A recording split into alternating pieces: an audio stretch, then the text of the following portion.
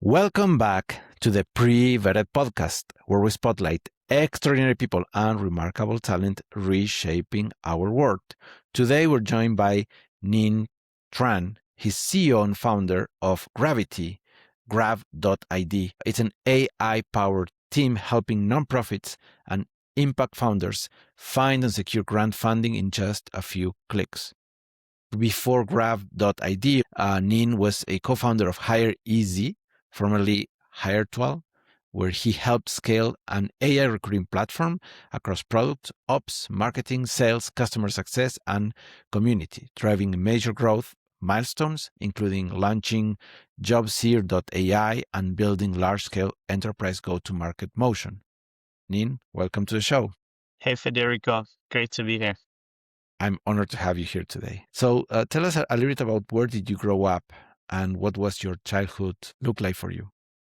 It's a real long story because I've been on Earth for some time now, just like you. I'm originally from Vietnam, born in Vietnam, but I didn't grow up in Vietnam. My family soon after moved to Czech Republic in Europe. So I really grew up in Czech Republic, in Prague for a year or two, and then in Chem, Eger, and Asch by borders of Germany. So that was really fun.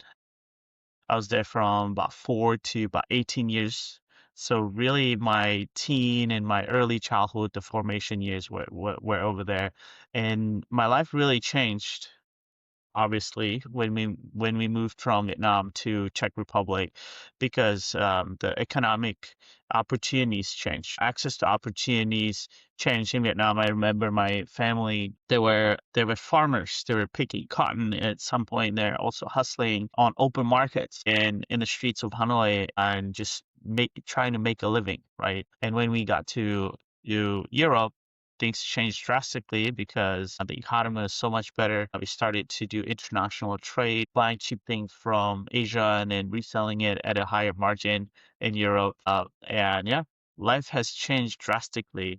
I remember I was one of the 3 only Asian kids in a classroom of all Czech people. And at first it was quite difficult. There was a lot of discrimination because I just look different, I talk different, just not the same. People are just afraid of, uncertainty or just something that is very outlier, right? Very different. But over time, as I got to know them and they got to know me, we became best friends, especially because in Czech Republic, you go to like a gymnasium, which is like a school that's for smart kids, supposedly to test in.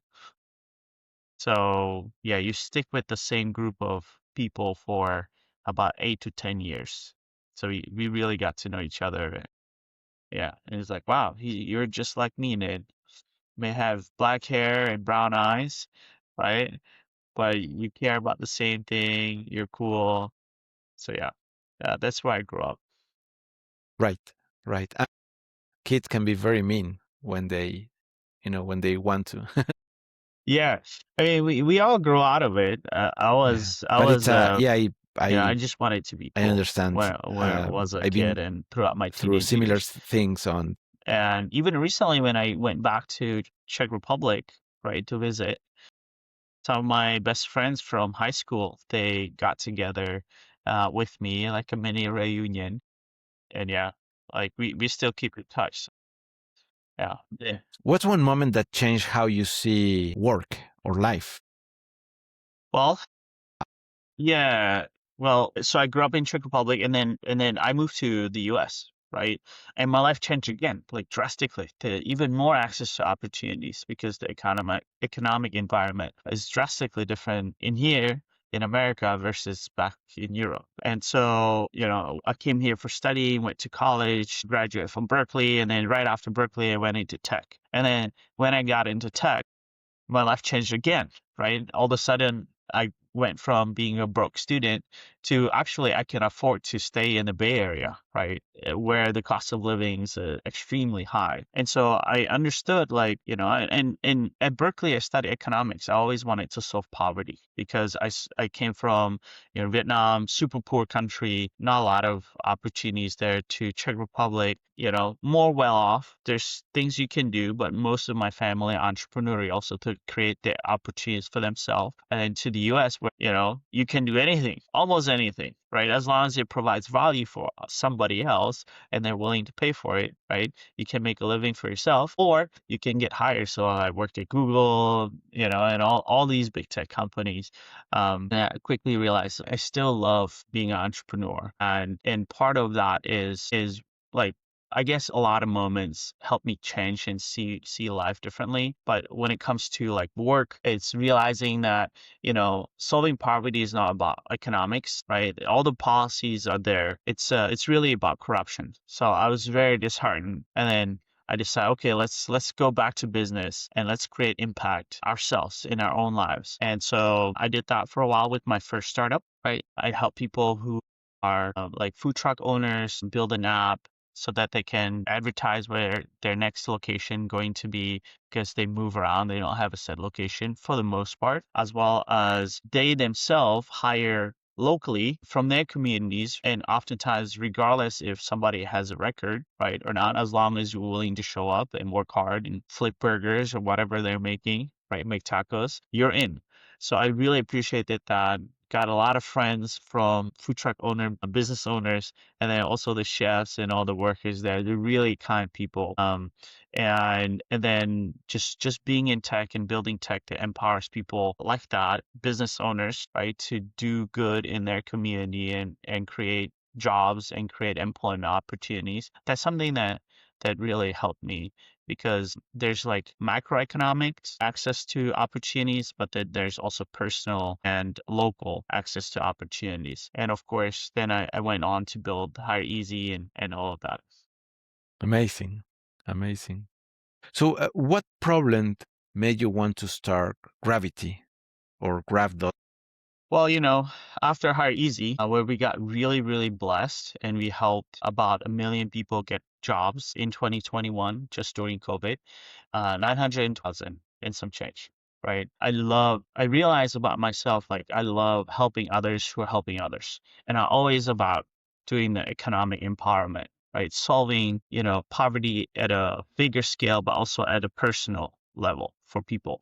And so I was like, okay, who are people that really need help now and who I love to help, creating real impact in someone's life? And I came to a conclusion after serving all kinds of folks from, I think we were building on blockchain for supply chain, right, like different industries, right? Even back to hiring and helping underrepresented folks from marginalized communities, or just anybody across the world in developing countries get access to skills. I realized, people who are in the weeds and in the trenches with others are nonprofits. Um, and when I talked to them and we started to build technology like community management software, donation processing software, all of that, they're like, I love all of this, Nin. I really need it, but we can't really afford it, right? Because we're on such a tight budget. And at some point, they're asking me, hey, Nin, can you just fundraise for us? Can you fundraise for me? You'd do such a great job. Like, I'm not sure if I want to fundraise for you. I want to help, but I'm not sure if I want to fundraise for you, because I'm trying to fundraise for myself, and the market is really tough as a couple of years ago. Um, and so, uh, but I did tell him, hey, I hear you, but let's see what I can do to help. And that's when we built Gravity. We won a lot of grants ourselves. We have 100% win rate for our own grants. We won like $978,000 in grants from a private foundation, unrestricted grant money.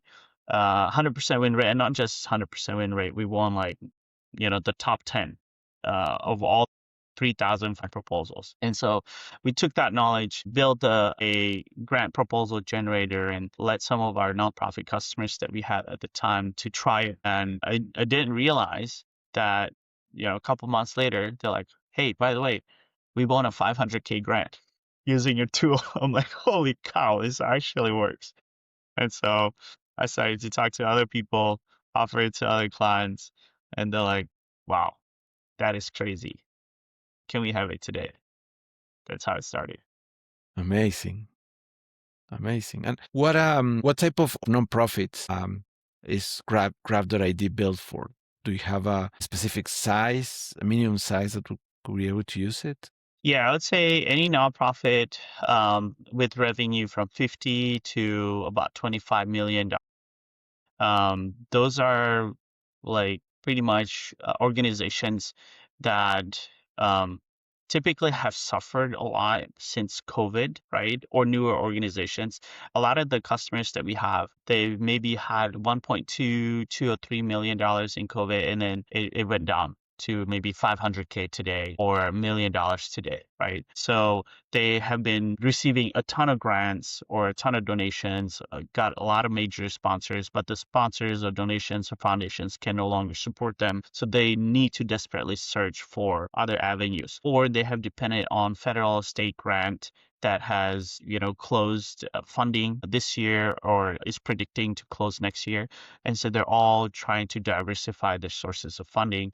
And so they come to us and we quickly help them find matching grants. But as I go to events, I meet people. Events have been working extremely well for us. Just talking to people and networking and asking them what they do and learning about, what drives them, what motivates them. Naturally, people ask, well, hey, Nin, what do you do? And then I say, this is what I do. I help nonprofits, impact organizations secure and compete for grant funding and non-dilutive funding sources, and even not just nonprofits, right? Even impact founders, startups, usually pre-Series A, there's some Series B companies who are doing research grants like, wow, can you do this for me? And I'm like, hey, we can try. So today, about half of our clients are nonprofits and half of our clients are impact organizations, impact founders, usually early stage to about 25 to 50 million in revenue. But now we see that even bigger organizations that have done maybe 75 to 150 million in revenue, who heavily dependent on federal grant funding or for Medicaid or whatever, some of those programs, right? They funded some of their programs because of the reduction of budget to us and asking what are the funding sources that we should be pursuing and can you help us? AI has changed a lot of the grant funding landscape, like drastically. Even for SBIR and research grants, used to be like 600 applications, a little bit over total, right? Before AI, before GPT. And now after GPT, there's 6,000 applications. So the win rate went from 10% to 1%. And so if you spend all this time, all the effort and or money, right, to hire agency to do it, it's gonna be extremely, extremely cost inefficient and in resource inefficient. And nonprofits, they typically need to stay very lean and they need, they all are facing budget gaps. So we've been growing really fast. Right, right. Amazing. And very interesting that you mentioned that Grav.ID also helps for-profit organizations, right? Yeah, about half of our customers are and it just happened naturally. I tell them, hey, this is what we do. And they're like, oh, wow. Okay. And then their wheels start churning like, oh, can you do this for me too? Can I apply for grant funding? I'm like, sure, we can try. And then we actually were able to find a bunch of grants. In fact, some of our most successful clients are AI startups, like AI for HOA or AI for therapy, healthcare, health tech, ed tech, yeah, or non-AI as well. So they'll getting into due diligence for different grants and getting interviews. So it works. You mentioned a little bit that AI now makes harder to get funded, but what are the other hardest part about getting grants funding today? Yeah, so grant funding historically and typically has just a very small win rate, right? Typically the average is about 10% win rate. So it's just been numbers game, right? It's like a sales, like just numbers game. How many do you get into your pipeline? How many actually fit? What is the core program that you do? And then how many can you apply for based on your core program and other programs that may be involved. So take, for example, I don't know, a nonprofit that addresses homelessness, right, in LA. They perhaps have won a grant previously to renovate some homes, right, to offer them to people who need transitional homes. And then now they expand it to providing healthcare services as well, right? Like mental health services, sometimes addiction recovery service. So they've got multiple different grants for all kinds of services that they provide. But they also do like emotional support, coaching, gym memberships, and so on that they pay out of their operating budget, and they don't have grants for those. So how can they identify additional funding opportunities that would be like essentially matching grant foundations, grant makers, funding opportunities to what they're doing already and or what they are planning to do, in the next year and this year.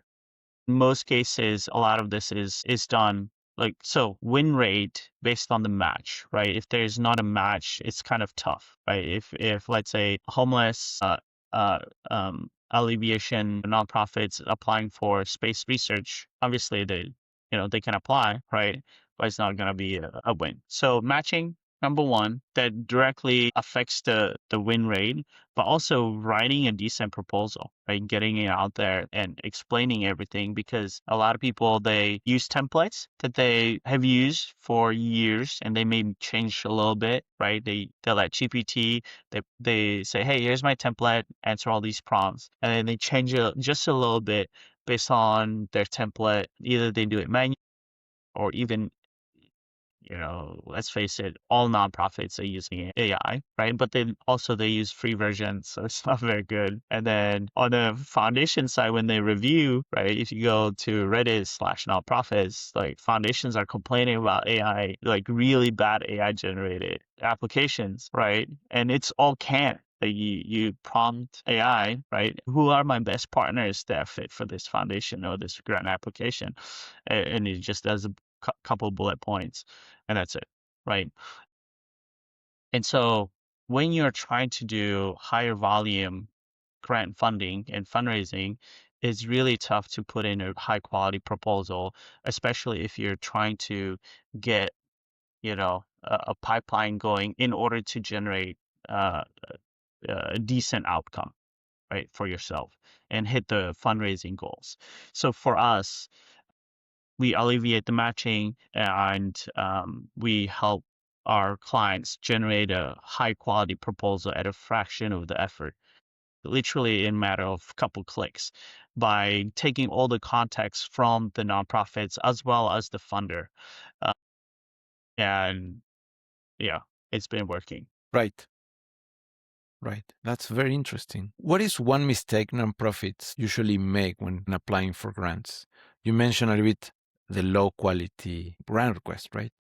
I would say the biggest mistake that nonprofits make is they actually don't apply for grants, or they don't apply for enough grants, right? So they think like the people who get it are usually run by like an executive director who has a research background, a PhD perhaps, and in their PhD efforts, right, they already know like, okay, we need to apply for a bunch of grants. We need to do our due diligence, have our documentation and data room ready, right, to submit with the submission, right? I have all the financial ready, all the IRS withholding certificate ready, and all of that. So in the worst case, they've been applying and they don't win any grant. I have a client who's like, I'm a PhD executive director. I applied for one grant every month last year, and unfortunately, we didn't win anything, right? That was before they came to us.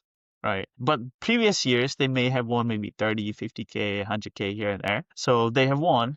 Just last year was very tough because of the changes in the grant funding landscape because of AI.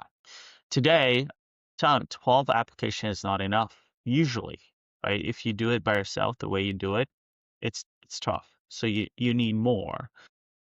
And you also need to focus on building relationships with these foundations and not just about the application.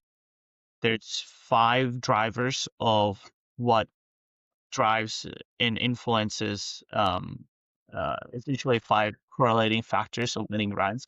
Number one, um, previous delivery on a grant and existing relationship with the foundation. It's number one. Okay. after the application, get in there, get in from them, get to know the board members, right? Invite them to your gala or tell them about your startup, network on LinkedIn, get on their calendar, go to event, get in their community, whatever you can do to build the relationship. Very important.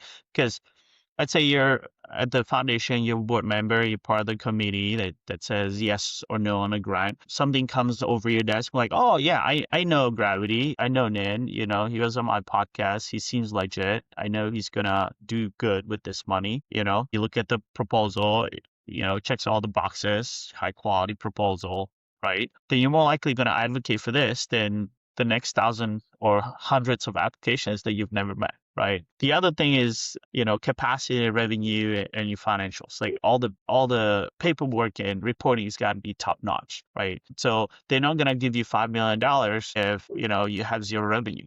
It's way more reasonable to win like 50 to even 100K grant, 75K grant if you're like pre-revenue or early stage, right? Than $5 million. Now, biotech is different. Research grants is different, right? I'm just talking in general, right? There are grants that will give you millions of dollars, but at stages with milestones and so on. So just understanding what actually drives the success in grants um, is their number one mistake, probably. Right. So any issues on paperwork would raise red flags, and people would say, "Wait a minute," right? And so having all that, top notch, as you said, be ready, right? becomes important. Be ready Yeah. to what if they get into due diligence and interviews process right away, right? Then what? I mean, financial projections, as a startup, like if I'm talking to VCs and fundraising, right? Data room should be ready too. It's not just a pitch deck, right? It's not just the application. It's you as a founder really understanding your business. You as an executive director really understanding the nonprofit, the ins and outs of it, and also not just knowing the vision and working with beneficiaries, the people that are receiving aid, because everybody cares, everybody has a vision, everybody's in the trenches, hopefully, right? So foundations are looking for people who can deliver on the promises effectively, and the people who are prepared, right, are more likely to do that than the ones who are not. Right. So how do you know when to change direction, pivot, or just keep moving forward? We pivoted a lot of times at hireEZ and here too. I would say, yeah, my founder journey is like, hey, I have an idea. I want to help people. Let's go and let's do it. And then I recruit a bunch of founders and people to my team. And then we share the same vision. And then we build stuff. We just build stuff. And then we're like, okay, well, we build AI for coding assessments. And it was pre-AI, right? It was like, okay, it's a cool idea. Uses it, nobody wants it, nobody pays for it. So we pivot into, and you just launch, you do marketing, you do all the stuff that you still have to launch and tell people, right? And do all the social media marketing, tell people and get feedback from users. Maybe if it feels like you're dragging people to use your software, that's wrong. It shouldn't be like that. Excited to use your software or the product or whatever. If you're almost begging people to come on the platform and then they maybe use it for a day or maybe a week and then you never see them ever again, probably think about switching and pivoting and building something else. Now, let's say that you reach a place where people actually are excited about using your product, right? You build something that people actually want to use and somewhat user friendly or whatever. It can be MVP, it doesn't have to be everybody. It just have to be your ICP, your target audience, whoever, right? If you find one person who loves the tool, right, then it's about, do they pay for it? Right. Now you have users, paying users. And so, yeah, we built stuff that people loved. What did we do? At some point at hireEZ, we were a job board, and so many people got hired through the job board. They applied. I think it was like employee referral based hiring platform and success rate, right? So 1 out of 10 people got hired, and they got hired at Google and Uber and Facebook, like big tech companies. So their lives was changed, and these are early or senior level, professionals. I was like, amazing. But when we started to like, hey, would companies pay for this? They said, no, we don't pay employee referral outside external agencies, right? And job seekers couldn't afford to pay for it. So even though we had the, product that the traction was going up and up and we were able to raise money on it, it was not a viable business, right? So it would be a good free tool, right? And we've done that multiple times. Like it's good to innovate and test and see what actually sticks. But until you find somebody, well, let me take it back. Until you find a problem that someone is already paying for and build a solution for that problem that can be faster, higher quality, better, cheaper, essentially exponentially better as a combination, or exponentially faster, exponentially cheaper, exponentially better quality than what is existing out there as a solution in the market today. With that, then you'll have people who love it and you'll have people who also pay for it. And, if they keep coming back, then they'll keep paying for it. And so we essentially pivoted until we reached Grav.ID, where, everybody has this problem of, hey, I need money. I'm facing budget gaps. The grant funding landscape is changing under my feet. The foundations are changing their requirements on the fly because they're inundated with thousands of applications every single day. How do I compete with the time and resources that I have without burning out my team and breaking the bank? Right? Because I still need the funding in order to serve my beneficiaries, right? I don't want to let go of people, or I have been letting go and laying off staff, or not properly incentivizing the volunteer staff and so on. Or for nonprofits, like for startups, like I can find a lead investor, right? We're pre-revenue, we have a product, we have some traction, but we're competing with startups who have 100K in revenue in like 6 months, right? Or 3 months after launch, right? We're not as hot, but what we care about what we do, and we have awesome technology. Is there any funding that can bridge the gap for us to build, develop, get traction so that we can eventually win a lead? Or I already have money, already got series, seed and so on. We're going for series A, but investors have been burned in my industry and I need some grant funding in order to keep my business going and essentially bridge the gap until the market changes for my industry, right?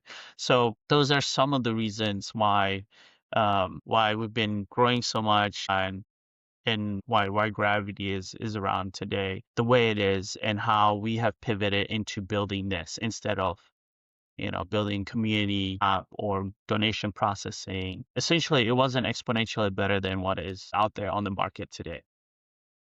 Right. Very interesting. What advice would you give a founder that's starting from zero today? Start.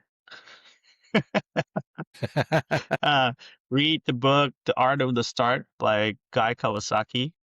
If you're thinking of starting, just start, right? And just do things. You don't have to do it right. You don't have to know everything. You just need to do something. Just start executing. Execution is more important than anything else, right? The chances are you'll get to the product market fit with your first product is very small, right? People change, ideas change, even industries. Like what we used to do for marketing with hireEZ, like growing hireEZ, we built communities and we got into with influencers and trainers, and that was amazing. I love the recruiting community. Amazing people, right? Like I love like just going to conferences and people telling me, "Hey, Nate, I love what you built because it helped me, get my kids through college," right? As an agency owner, like, and a single mom and so on and so on. Like I love having personal impact in people's lives with building the tech, right? But, after 2021, COVID changed. Like influencers, they all started charging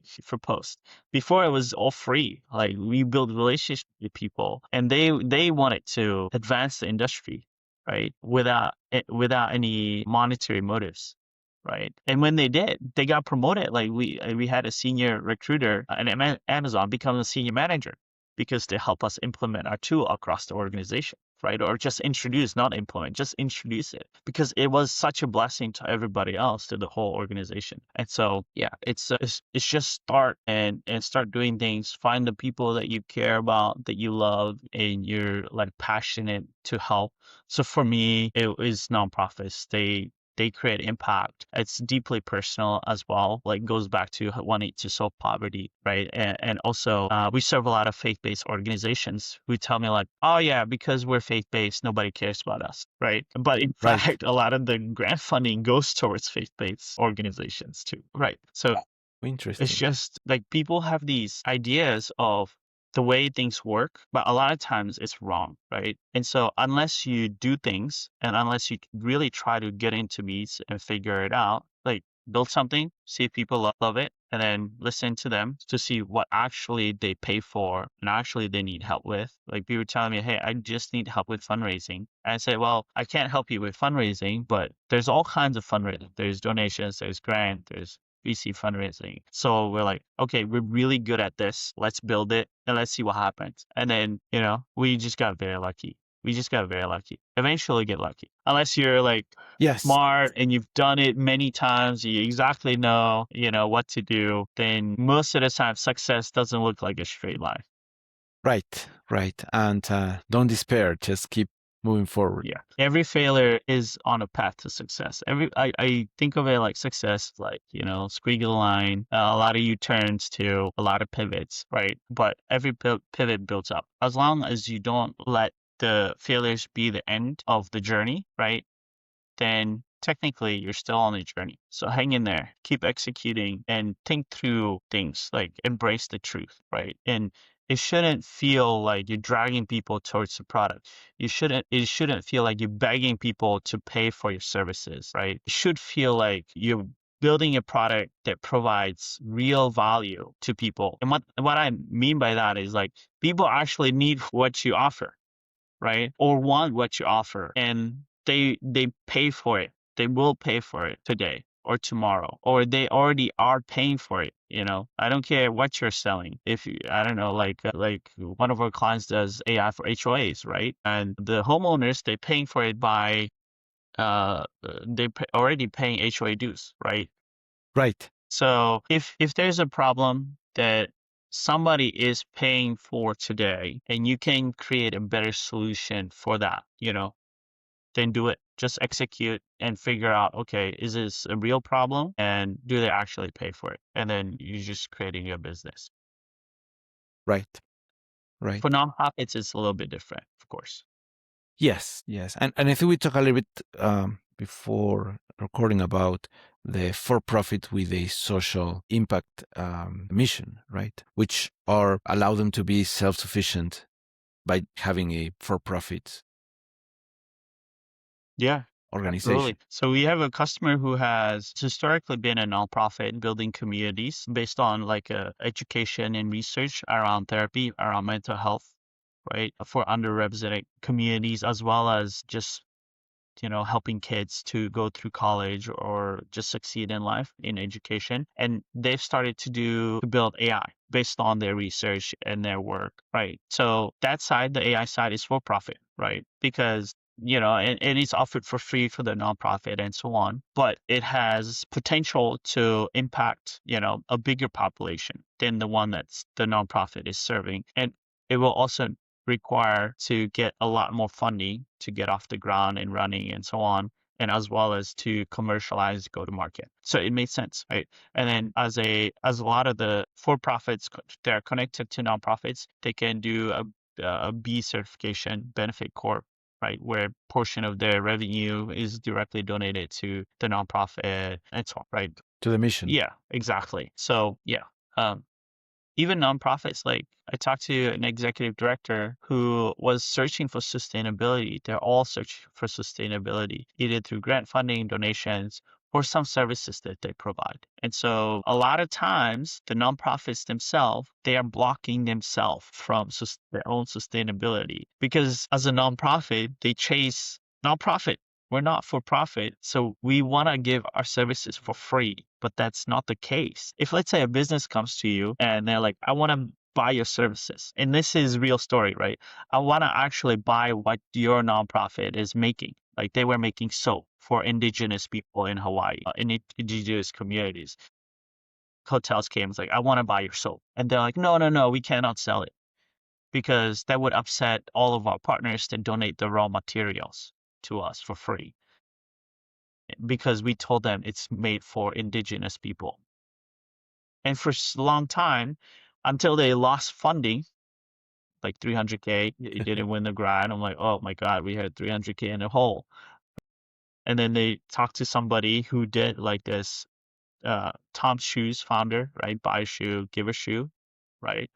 We're like, what if the business could buy some more of our soap and we use the money to get more soap for every soap that they buy? We donate like 2 or 3 or 4 more soaps to these communities, right? Because it will allow us to fund the workers or fund whatever they need, right? And so, that year they made that gap. They made 300K from soap sales to local hotels, to bridge that gap. And that is still going on today, right? And that's sustainability. So regardless whether you're for profit or nonprofit, just be innovative and go through the struggle.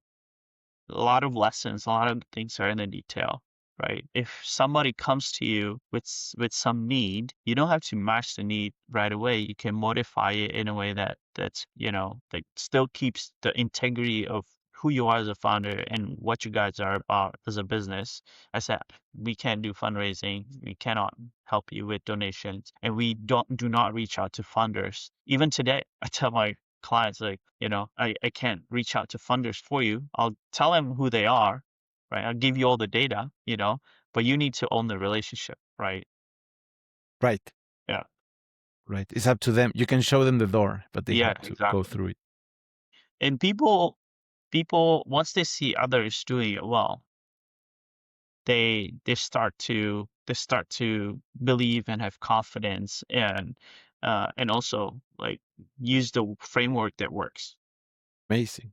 Amazing. Nin, we are running out of time, but I think we had a great conversation. I truly appreciated you being here.